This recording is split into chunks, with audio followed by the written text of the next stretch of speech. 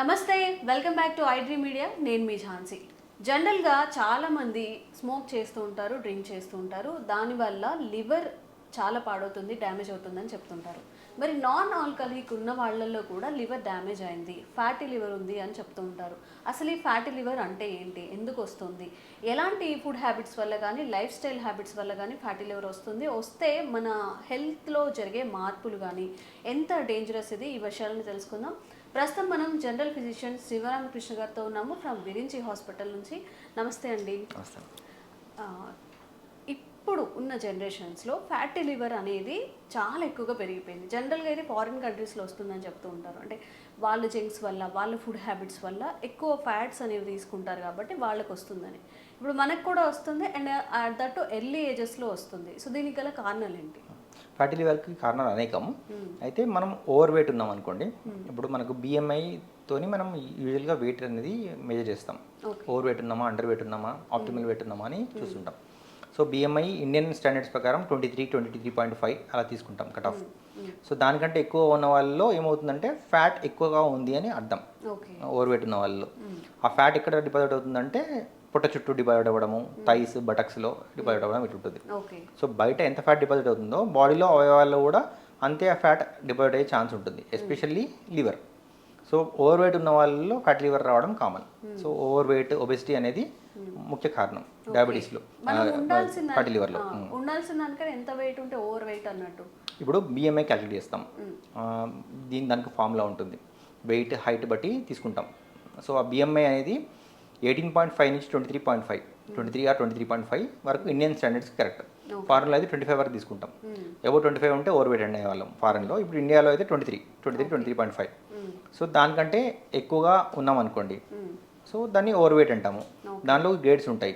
30 నుంచి 40 వరకు ఒకటి, 40 నుంచి 45 వరకు ఒకటి, 45 నుంచి 50 వరకు ఒకటి, 50 అబోవ్ కూడా ఒకటి కేటగిరీస్. మార్బిడ్ ఒబెసిటీ అని అలా అంటాం. Grade 1, grade 2, grade 3 morbid obesity అంటాం. సో ఫ్యాట్ కంటెంట్ పెరుగుతున్న కొద్దీ లివర్లో ఫ్యాట్ డిపాజిట్ అయ్యే ఛాన్స్ ఎక్కువ ఉంటుంది. అదే కాకుండా డయాబెటీస్, షుగర్ ఉన్న వాళ్ళలో కూడా ఫ్యాట్ లివర్ వచ్చే ఛాన్స్ ఎక్కువ ఉంటుంది. ఎందుకంటే షుగర్ ఉన్న పేషెంట్స్కి ఏమవుతుందంటే బ్లడ్లో గ్లూకోజ్ ఉంటుంది కానీ అది యూటిలైజ్ కాదు. సో ఆ యూటిలైజ్ కానీ గ్లూకోజ్ అంతా కూడా లివర్లో డిపాజిట్ అయ్యే ఛాన్స్ ఉంటుంది ఫ్యాట్ రూపంలో. సో కాబట్టి diabetes is one of the reasons. Alcohol ఎలా అనుకున్నాం, alcohol compulsory fatty liver cause చేస్తుంది. ఆల్కహాల్ వాళ్ళు తీసుకున్న వాళ్ళు కూడా అంటే diabetes, over weight, sedentary life style, ఎక్కువ వర్కౌట్ చేయకపోవడము, సెడెంటరీ హ్యాబిట్స్ ఉన్న వాళ్ళలో ఫ్యాటీ లివర్ వస్తుంది. మీరు చెప్పిన సిమ్టమ్స్ అయితే 100లో 85% ఇట్లానే ఉంటారు. సెడెంటరీ లైఫ్ స్టైల్, ఆల్కహాల్ తీసుకోవడం, ఓవర్ వెయిట్, ఒబెసిటీ. కరెక్ట్. మరి దీనికి ఏంటి అంటే ఒక సమస్య ఉందన్నప్పుడు దానికి పరిష్కారం కూడా కావాలి కాబట్టి. అయితే ఈ ఫ్యాటీ లివర్ గ్రేడ్స్ ఉంటాయి. గ్రేడ్ 1, గ్రేడ్ 2, గ్రేడ్ 3, గ్రేడ్ 4 అని ఉంటాయి. సో గ్రేడ్ 1 చాలా కామన్. ఇప్పుడు హెల్త్ చెకప్ చేసుకోవడానికి చాలామంది వస్తుంటారు మన దగ్గరికి. హెల్త్ చెకప్ చేసుకున్న వాళ్ళలో మోర్ దెన్ 90 to 95% పీపుల్లో ఫ్యాటీ లివర్ గ్రేడ్ 1 వస్తుంది. ఎందుకు వస్తుంది ఫ్యాటీ లివర్, ఎందుకు వచ్చింది అంటే కారణం చూపిస్తాను. మీరు ఓవర్ వెయిట్ ఉన్నారండి, లేకపోతే మీకు డయాబెటీస్ ఉందండి, సో దానివల్ల వచ్చింది అని చెప్తాం. లేకపోతే ఆల్కహాల్ తీసుకున్న వాళ్ళలో క్లియర్ కట్ అదే కారణం అయి ఉండొచ్చు. సో అది చెప్తుంటాం క్లియర్గా. సో ఇవన్నీ కట్ డౌన్ చేయాలి. ఆల్కహాల్ తీసుకున్న వాళ్ళు ఆల్కహాల్ కట్ డౌన్ చేయాలి ఫస్ట్. ఓవర్ వెయిట్ ఉన్న వాళ్ళు వెయిట్ తగ్గాలి, ఎక్సర్సైజ్, డైట్ ప్లాన్ తీసుకొని. డయాబెటీస్ ఉన్న వాళ్ళు డయాబెటీస్ని కంట్రోల్ చేసుకోవాలి. ఇవన్నీ చేస్తే గ్రేడ్ పెరగకుండా ఉంటుంది, ప్లస్ గ్రేడ్ తగ్గే అవకాశాలు కూడా ఉంటాయి. ఓకే, ఆల్కహాల్ అని అన్నాం కాబట్టి ఆల్కహాల్ అనేది అంటే డైలీ చాలా మంది ఎక్కువగా తాగుతుంటారు, అదే పనిగా తాగుతుంటారు. వాళ్ళలో వచ్చే అవకాశం ఉందా? అప్పుడప్పుడు డ్రింక్ చేసే వాళ్ళు కూడా ఈ సమస్య వచ్చే అవకాశం ఉంటుంది? డైలీ తీసుకున్న వాళ్ళు చాలా ఎక్కువ ఛాన్స్. డైలీ తీసుకున్న వాళ్ళలో మోతాదు మించి డైలీ తీసుకున్న వాళ్ళలో కంపల్సరీ ఫ్యాటీ లివర్ వచ్చే ఛాన్స్ ఉంది. ఓకే, అప్పుడప్పుడు తీసుకున్నా కానీ మోర్ దెన్ రిక్వైర్డ్ క్వాంటిటీ. ఇప్పుడు ఒకసారి ఎక్కువ తీసుకోవడం, 1 డ్రింక్ అంటాం. 1 drink, more than 1 drink are more than 2 drinks తీసుకునే వాళ్ళు. మగవాళ్ళు అయితే మోర్ దెన్ 2 డ్రింక్స్ తీసుకునే వాళ్ళు, ఆడవాళ్ళు అయితే మోర్ దెన్ 1 డ్రింక్ డైలీ తీసుకునే వాళ్ళలో ఫ్యాటీ లివర్ వచ్చే ఛాన్సెస్ ఎక్కువ ఉంటాయి. లివర్ పాడే అవకాశాలు కూడా ఎక్కువ ఉంటాయి. సో అలవాటు ఉంది, మార్చుకోలేకపోతున్నాం అని అంటే తక్కువ మోడరేషన్లో 1 డ్రింక్ తీసుకోండి పర్ డే. కొంచెం తగ్గించుకుంటూ రావాలి. తీసుకుంటే తగ్గే అవకాశం ఉంటుంది. అయితే ఈ ఫ్యాటీ లివర్కి కూడా తగ్గించడానికి కొన్ని మందులు ఉన్నాయి. అంటే ట్రయల్స్లో ఉన్నాయి కొన్ని మందులు, కొన్ని అప్రూవ్డ్ మెడిసిన్స్ కూడా ఉన్నాయి. డాక్టర్ దగ్గరికి వస్తే ఏ మందులు వాడాలి, మీ బాడీ హ్యాబిటస్కి, డయాబెటీస్ ఉంటే కొన్ని వేరే రకాల మందులు, కొన్ని విటమిన్స్ కూడా ఉంటాయి, విటమిన్ E అట్లాంటివి, అలాంటివి కూడా వాడచ్చు. అయితే జనరల్గా ఇప్పుడు ఏ డిసీజెస్కైనా సిమ్టమ్స్ అనేవి ఉంటాయి. ఇప్పుడు ఫ్యాటీ లివర్ వల్ల మనకి ఆరోగ్యం అంటే నష్టాలు ఏం జరుగుతాయి, ఎట్లా రికగ్నైజేషన్ చేయాలి దాన్ని?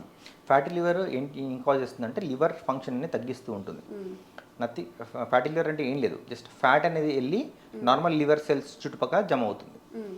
అది ఫ్యాట్ పెరుగుతున్న కొద్దీ నార్మల్ లివర్ సెల్స్ ఏవైతే ఉంటాయో వాటిని కంప్రెస్ చేస్తూ ఉంటుంది.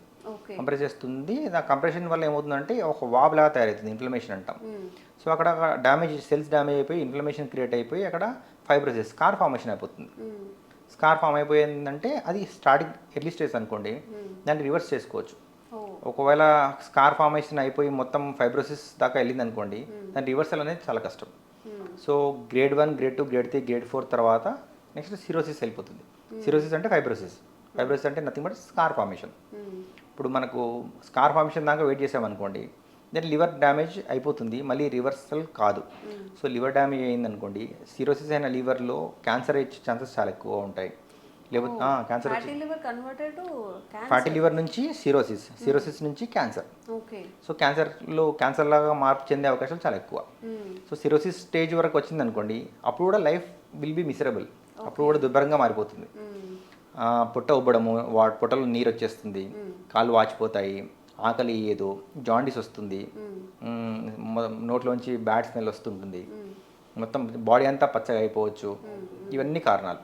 సో లివర్ వల్ల ఓసారి లంగ్ డ్యామేజ్ అవ్వచ్చు, లివర్ వల్ల ఓసారి కిడ్నీ కూడా డ్యామేజ్ అవ్వచ్చు.